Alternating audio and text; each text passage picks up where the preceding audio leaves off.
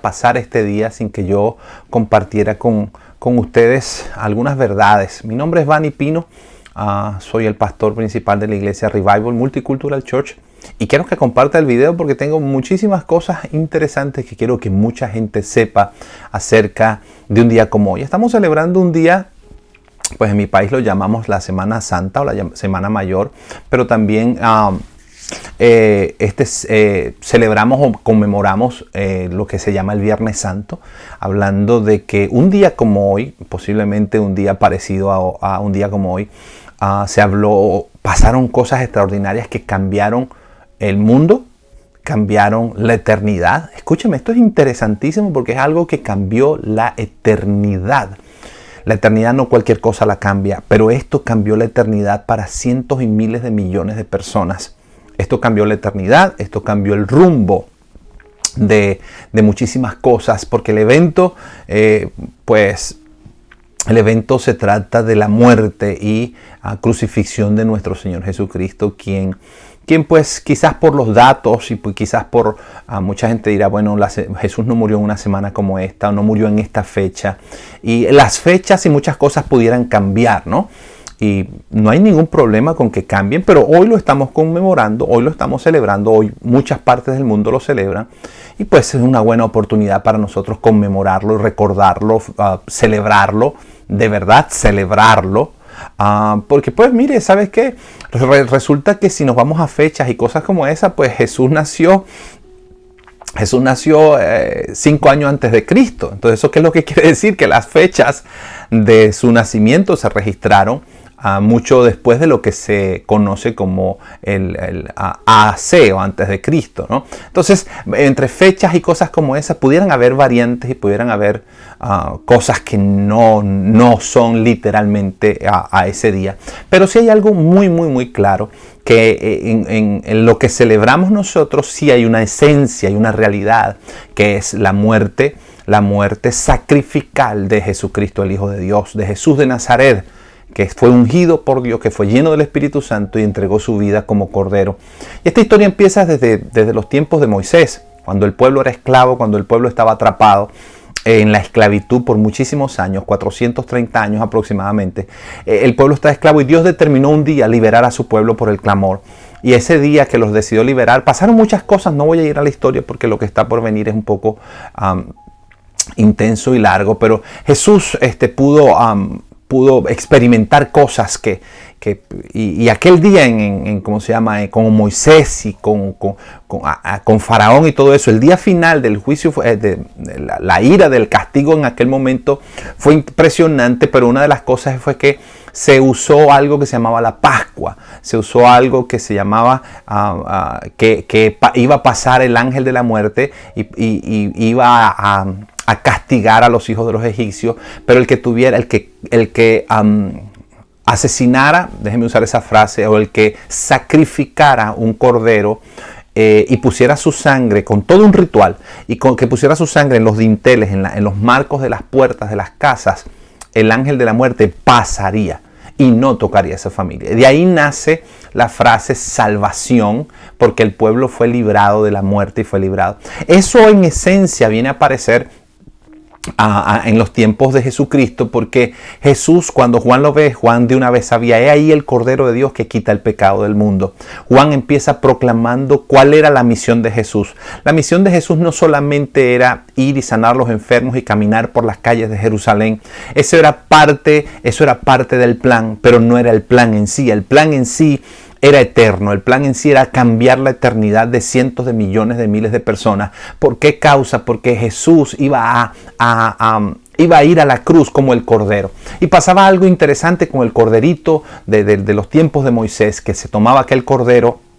Es posible otras razas de aquel tiempo hacían rituales parecidos, pero ninguno como la esencia de lo poderoso de este ritual. Porque este ritual se agarraba al cordero y el sacerdote tomaba el cordero. En aquel momento no sé si había sacerdote o no, pero en el momento aquel había padres de familia y gente encargada también de hacerlo. Pero vamos al momento del sacerdocio. El sacerdote tomaba el cordero y agarraba y simbólicamente tomaba los pecados de la persona o de la familia y lo descargaban sobre el cordero. Entonces, al descargar esos pecados simbólicamente sobre ese animalito, después agarraban y mataban al cordero y lo hacían pedazos y lo quemaban. Entonces, cuando Juan dice, hay el Cordero de Dios que quita el pecado del mundo, está diciéndonos y está diciendo, Dios bendiga a todos los que están conectándose, a todos los que están ahí poniendo unos deditos y todo eso. Cuando Juan dice eso, está declarando lo que vino Jesús. Jesús no solamente vino a sanar a los enfermos. Jesús no solamente vino a abrir la vista a los ciegos y a abrirle la cárcel a la gente. No era de ese momento, no era en el tiempo, no era de esa forma. Realmente eso era parte del plan, pero era mucho más profundo, era mucho más alto, era mucho más deep, se dice en inglés, se dice mucho más profundo de lo que la gente comprende. Cuando Jesús aparece y el libro de Isaías nos empieza a contar qué iba a pasar con el Cordero. Y cuando Jesús aparece, pues tuvo hasta un tiempo glorioso, tiempo de fama, tuvo muy bien, pero llegaron los días donde él tenía que saber que esos días de fama, y él sabía esos días de fama y de aplausos y de bienvenidas y de todo eso iba a pasar. ¿Por qué? Porque era necesario. Obviamente la Biblia habla que incluso el Cordero fue sacrificado antes de la fundación del mundo, pero la realización fue en ese tiempo. Entonces, déjeme ir como lo dice el libro de Isaías. El libro de Isaías habla y dice que le desfiguraron el rostro, ¿no? Y yo pienso que dice, un rostro desfigurado es un rostro que pierde la figura, es decir, su cara era irreconocible lo que le habían hecho a Jesús, es decir, los golpes que le dieron, las golpizas que le dieron, la corona de espinas que le pusieron. Yo pienso que las espinas de una zarza, la zarza como la que habla Moisés, de la zarza ardiendo de Moisés, pero la zarza era un arbusto que crecía en el desierto y que sus espinas eran como del tamaño de un dedo índice, una cosa enorme. Entonces, cuando hablan de la zarza, imagínense una espina entretejida de ese tamaño, eran las espinas que le habían puesto en la cabeza a Jesús. Una espina de este tamaño pudiera ser que quizás por el cráneo ser tan duro, quizás no lo traspasó, pero posiblemente sí. Es decir, que Jesús empezó a sufrir primero las heridas y después dicen en algunas versiones bíblicas, historiadores, que no le daban cachetas, le arrancaron la barba. Entonces, cuando le arrancan la barba, se viene piel y eso es dolorosísimo. Entonces a Jesús le arrancan la barba, le ponen la corona de espinas, más las caídas, más los golpes que le dieron y le pegaban y le decía que profetizara. Y no solamente eso, es decir, le estoy contando el castigo que estaba recibiendo el Cordero en ese momento, y ahorita voy a decirle un poco más. Pero estoy tratando de darle una idea del castigo que estaba recibiendo el Cordero y por qué causa sufrió el Cordero como sufrió. Los látigos romanos, habían diferentes clases de castigos, de azotes romanos, pero uno de los que le dieron a Jesús, la Biblia narra que fueron 40 latigazos, 40 menos 1, es decir, 39 latigazos. Pero eso era cuando le habían repetido una cantidad de castigos antes de eso. Y uno de los látigos romanos tenía una peculiaridad que era que tenía unas garras. Entonces, en la puntita eran dobladitas así. Cuando le pegaba de la carne, se traía pedazos de carne. Y a Jesús le dieron 40 de esos o 39 de esos. Eso se quedó sin espalda, puedes decir. Jesús, la espalda se le quedó desnuda. Lo que ahí quedó desnudo, los músculos, ahí le despedazaron los músculos, la columna. Es decir, a Jesús le desnudaron, le arrancaron la piel completa de la espalda. Entonces, cuando usted dice, wow, ¿por qué un castigo así? Más las caídas. Se cayó llevando la cruz. Yo no creo que fue una caída muy simple. Entonces está desfigurado, roto, y todavía faltaba el castigo de los clavos y cuando... Y la Biblia habla en el libro de Isaías, habla de que Jesús, que por sus llagas fuimos nosotros curados. Y cuando hablamos de llagas, no solamente la llaga no nace por una herida instantánea. Una herida es una herida y una llaga es como una especie de que la herida que se hizo, la herida instantánea, pasó el tiempo, pero se infectó y se pudrió, no se ha recuperado, no se ha sanado. Entonces esas llagas producen dolor, fiebre. Entonces Jesús, en el transcurso de horas de sufrimiento y de agonía, su cuerpo se llagó de las heridas que tenía. Pues imagínense la carne abierta con esos látigos romanos que estaban sucios, de cuánta gente quizás habían latigado con eso y castigado con eso. Aparte de eso, que le dan esos latigazos y le arranca entonces esos látigos, las moscas, quién sabe qué tanta cosa. cuentan los historiadores y libros que afirman mucho más y que investigan un poco más profundo, y dicen que Jesús le dio fiebre, que Jesús empezó a tener convulsiones. Escúchame, convulsiones no de las que la gente pierde el sentido, sino que empezó a convulsionar, pero todavía mantenía su balance, su equilibrio y su cordura, y seguía, aunque convulsionaba por causa, entonces tenía fiebre. Jesús comenzó un proceso de agonía, estaba muriendo en vida. Y había algo interesante que más adelante se los voy a decir, que por qué Jesús no murió con todo ese castigo tan violento, ¿no? Jesús no muere con ese castigo violento y sigue aguantando, y si ya se desmayaba, entonces aparece Simón de Cirene a llevarlo a la cruz porque su cuerpo ya no respondía, no tenía músculos en la espalda, la sangre se derramaba por todo su cuerpo, con aquellas coronas de espina, le habían arrancado la barba, le habían dado golpiza. Entonces Jesús está, y uno dice, ¿por qué Jesús está sufriendo un castigo como ese? Pudieron haberlo matado y crucificarlo directamente, pero no. Es que mire, pasaba algo. Y aquí voy a entrar en un paréntesis con respecto a lo que es la santidad de Dios.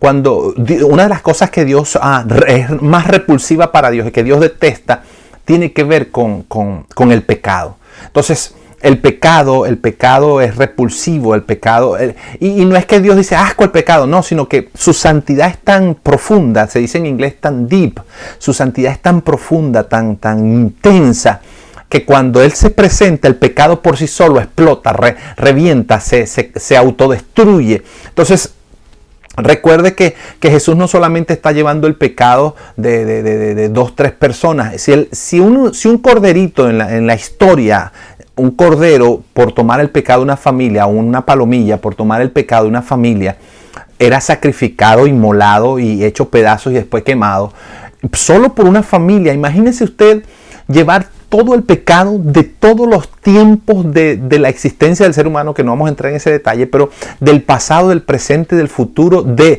la vida presente y de la vida espiritual, donde estaban los justos reposando y los condenados también en su lugar donde ellos estaban. Es decir, Jesús él reúne todo el pecado de la eternidad, el pecado, porque Adán peca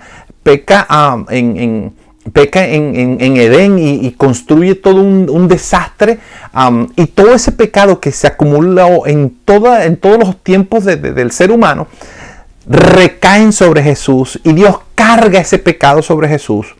Imagínese usted cuán inmundo estaba el Señor. Una de las primeras, de las 7 palabras, de la primera, aunque no la voy a decir en orden, pero una de las primeras, la que está en Mateo 27:46, Jesús dice, Dios mío, ¿por qué me has desamparado?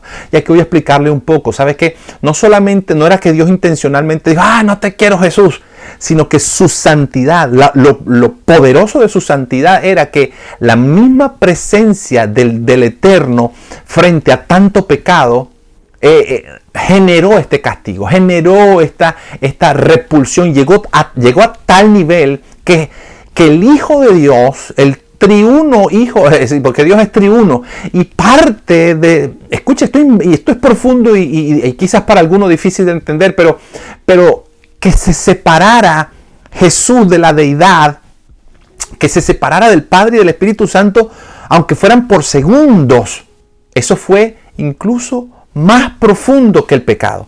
Eso fue incluso más doloroso que los mismos golpes que le estaban dando. Él no se había quejado en todo. Dice que como cordero fue llevado al matadero y que no abrió su boca. Es decir, la golpiza y el desastre que estaban así despedazando su cuerpo no fue tan doloroso como el momento donde sintió que el Eterno se había separado de él. Es decir, Jesús como ser parte, yo creo que fue la cosa más profunda y más difícil que Jesús atravesó. Y le conté que fue difícil lo de su cuerpo, pero el momento donde el pecado hace que se distancie del Padre y del Espíritu Santo, es el momento más doloroso que Jesucristo atravesó, porque no estamos hablando de su cuerpo físico, estamos hablando de su naturaleza. Tuvo una fractura, el Padre tuvo que fracturar su relación con Él por causa del pecado de la humanidad para poder salvar al mundo. Ahí es donde la frase de tal manera amó Dios al mundo que ha dado su único Hijo, Ahí es donde esa frase realmente cobra un valor extra, ¿no? Porque estamos hablando de que de tal manera fue tan grande que el amor que sintió por nosotros que tuvo que sufrir ese momento. Dios mío, ¿por qué me has desamparado? El Padre no estaba viendo a Jesús, el Padre estaba viendo al Cordero que estaba llevando el pecado de toda la humanidad. Entonces, una de las cosas que nosotros vemos aquí es que Jesús sufrió en la cruz, pero lo más terrible que lo estremeció en su deidad. Por eso el Señor, cuando Jesús termina de fallecer y lo resucita, le da un nombre que nadie más va a tener en ninguno de los siglos por venir. Se le dio un nombre que es sobre todo nombre, para que en el nombre de Jesucristo de Nazaret se doble toda rodilla. Es decir, Él fue coronado, no fue coronado porque era el Hijo sencillamente. Él fue coronado porque Él conquistó, Él venció, porque Él sacrificó no solamente su cuerpo, que yo pienso que era importante, pero lo más importante que Él sacrificó aquí fue su unión, su comunión con el Padre, su unidad, su unicidad con el Padre. Tuvo que tener una fractura por causa del amor que sentía hacia nosotros. Cuando Jesús estaba orando en Getsemaní, no estaba orando, ay, que me van a hacer pedazo del cuerpo. No, la carga más grande que Jesús llevaba era el pecado, y que el pecado iba a hacer que se separara. Entonces, cuando Jesús lo clava, cuando Jesús le ponen los clavos y Jesús lo clavan, empezó una agonía, le faltó el aire, le faltó la respiración, empezó a tener una cantidad de problemas físicos, como su cuerpo físico empezó a sufrir tan profundamente, y la Biblia dice que Él llevó nuestras enfermedades. Eso es lo que quiere decir que la raíz de todas las enfermedades, no importa la que sea, el tamaño que sea, incluso enfermedades que son de nacimiento, toda clase de cosa que maltrata, daña y destruye el cuerpo, Jesús lo llevó en la cruz. Pero no es porque hay enfermedades nuevas que la gente no conocía en ese tiempo, no, es que la raíz de todas las enfermedades tenía que ver con la caída, y Jesús lleva en su cuerpo la solución, el castigo de la raíz de todas las enfermedades. Por eso, por sus llagas, nosotros, usted y yo, hemos sido curados. Y cuando lo vemos en la cruz, ¡wow! Me recuerdo que una vez me torcí un pie, yo lo he contado un par de veces, pero no me lo torcí como uno se lo tuerce normalmente. Jugando básquetbol, caí sobre un empeine, sobre un pie, y mi pie se torció, y eso fue un dolor tan intenso. Era un dolor que yo sudaba, y mi esposa me veía y me decía, ¿quieres llorar o quién sabe qué? Pero era un dolor intensísimo. Y entonces, ¿sabe? Yo cuando cerraba los ojos empecé a sentir calma del dolor, porque yo decía, Señor, yo llevo mi pie a la cruz de Cristo. Y una de las cosas que va a ayudarlo a usted a ser sano y a ser libre es llevar todo su dolor a las heridas, a todo lo que está pasando, llévelo a las heridas, a la cruz, llévelo al Calvario, donde eso fue pago. La pobreza, la enfermedad, la tristeza, el dolor fueron pagos en la cruz. Entonces, una de las cosas que Jesús se separa allí, Jesús está sufriendo allí, Jesús sufrió todas nuestras enfermedades, pero algo que me llama la atención tremendamente de Jesucristo es que en Lucas 23:34 dice, Padre, perdónalos porque ellos no saben lo que hacen. Es decir, Jesús no se desenfocó con tanto sufrimiento, no perdió el enfoque, no perdió su personalidad, no perdió su compasión. Wow, en la cruz todavía decía, perdón, está pidiendo por lo que lo están matando. Es un carácter, es decir, tenía que tener una habilidad dada por el Espíritu Santo, que si nosotros como cristianos lo viéramos correctamente y buscáramos ser llenos del Espíritu Santo como Él fue, este mundo no estaría como está. Este mundo tendría que sufrir un cambio por causa del poder del Espíritu Santo en la iglesia de Jesucristo. La tercera palabra dice, de cierto te digo que hoy estarás conmigo en el paraíso. Eso es Lucas 23:43. Se lo está diciendo al hombre que está al lado de la cruz, que le dijo, Señor, acuérdate de mí cuando vengas en tu reino. Hablándonos esto de la capacidad de salvación instantánea que nos produce a nosotros el sacrificio que Jesucristo hizo en la cruz del Calvario. Otra de las palabras que Jesús menciona en la cruz está en Lucas 23:46 y dice: Padre, en tus manos encomiendo mi espíritu. Escúcheme, porque esta es una de las cosas más tremendas que la iglesia necesita entender, porque aquí hay revelación, no solamente revelación, sino que aquí hay poder para nosotros entender algunas cosas. Jesús lo hicieron casi pedazos. Su cuerpo está despedazado. Cualquier ser humano en condiciones regulares hubiese muerto. Yo creo que antes de llegar a la cruz. Hubiese muerto antes de llegar a la crucifixión. Pero ¿por qué Jesús no muere? Mire, déjeme exagerar un poco. Incluso si a Jesús lo hubiesen desmembrado, no moría. No moría, ¿sabe por qué? Porque la muerte no podía matar al dador de la vida. Incluso en su cuerpo humano, siendo despedazado, los hombres le estaban despedazando, pero la muerte no tenía autoridad sobre Jesús de Nazaret.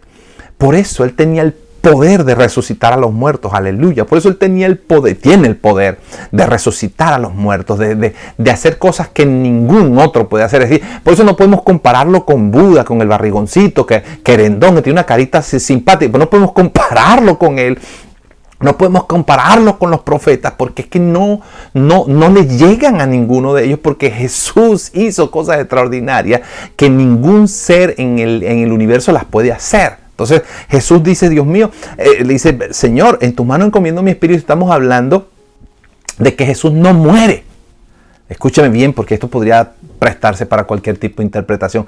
Jesús no muere, Jesús entregó el espíritu. Es decir, Jesús dijo: Padre, te entrego mi espíritu. Y después que dijo eso, expiró. Es decir, entonces sí murió. Es decir, que a Jesús no lo mata la cruz, no lo mata la golpiza, no lo mata las llagas, no lo mata el cáncer, no lo mata. A Jesús no lo mata nada, ni nadie lo mata. Porque no podían quitarle la vida al dador de la vida. Es decir, no podían con él. Entonces Jesús lo que hace es que entrega su espíritu, y entonces ahí sí descansa, y su cuerpo se queda sin la persona de Jesús dentro de él. Esto hay que escucharlo varias veces. Escuche, de verdad, porque aquí hay mucha revelación y mucho entendimiento de lo que la Biblia nos enseña aquí. Entonces Jesús no murió en sí, Jesús entregó el espíritu, aunque nosotros pudiéramos decirlo en un lenguaje popular: Jesús murió en la cruz y tal. Y hay gente que conoce esto, y no voy a entrar en ese tema, pero Jesús no muere, Jesús entrega el espíritu. Entonces, por eso le dice: Padre, en tus manos encomiendo mi espíritu. Esto es una revelación que nosotros podemos, cuando la asimilemos, cuando yo la asimile, nosotros vamos a tener que caminar en un nuevo estilo de vida y un nuevo entendimiento de en qué estamos nosotros metidos. Déjeme decirlo así en un lenguaje bien popular. ¿En qué estamos nosotros metidos? Porque nosotros no estamos metidos en cualquier cosa. Nosotros tenemos al Rey resucitado dentro de nosotros. Ahora, antes de entregar el espíritu, obviamente le había hablado a Juan y se había comportado responsablemente con su mamá. No sé dónde estaba José realmente, pero se había comportado responsablemente con su mamá y con sus discípulos. Dijo: Madre, aquí tu hijo, aquí tu madre. Y antes de entregar el espíritu también dijo: tengo sed. Pero después que Jesús siente el castigo, voy a terminar con esto. Después que Jesús siente el castigo, a ese castigo aterrador de la muerte y de la separación, entonces Jesús, después que es castigado, entra a otro nivel y dice: Señor, todo el castigo o toda la ira tuya ha sido calmada. Entonces dice: consumado es. Eso hablando, diciendo: ¿sabes qué? Todo lo que se necesitaba para perdonar a la humanidad ha sido concluido. No queda nada no quedó nada que se escapara, porque el sacrificio fue completo. Es decir, nada se escapa del beneficio de lo que Jesús compra en la cruz. Y una de las cosas que nosotros necesitamos grabarnos como hijos de Dios, es decir, finanzas fueron consumadas, la salud fue completada, la bendición fue completada, las maldiciones todas fueron llevadas en la cruz. Nosotros tenemos que despojarnos de una cantidad de cosas y tradiciones y romperlas y decir: ¿sabes qué? Él se las llevó en la cruz y por tanto yo tengo vida. Y en el momento que nosotros tomemos eso por fe y nos los apropiemos y vivamos de eso y nos llenemos del Espíritu Santo, que también lo compró en la cruz, es decir, Jesús completó todo lo que era necesario y más. todo lo que era necesario y más. Yo quisiera que usted lo repitiera en cualquier lugar que donde usted se encuentre o después que me vea. Todo lo que era necesario y más. Porque la sangre de Jesús no se secó ni se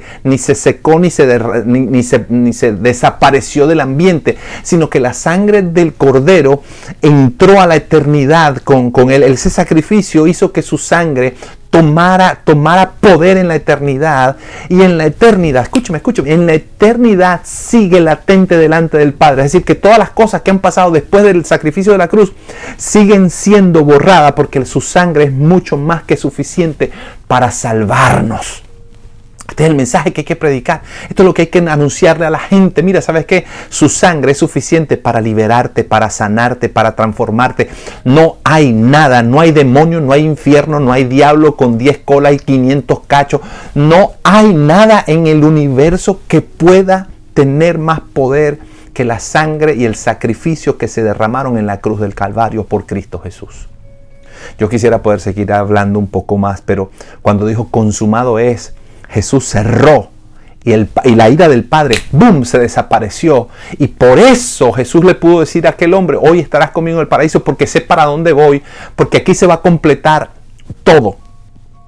Aquí se completó todo. Jesús en el espíritu, en el alma y en el cuerpo completó todo el proceso, todo lo que era necesario para que esa santidad de Dios no siguiera siendo ofendida por el pecado.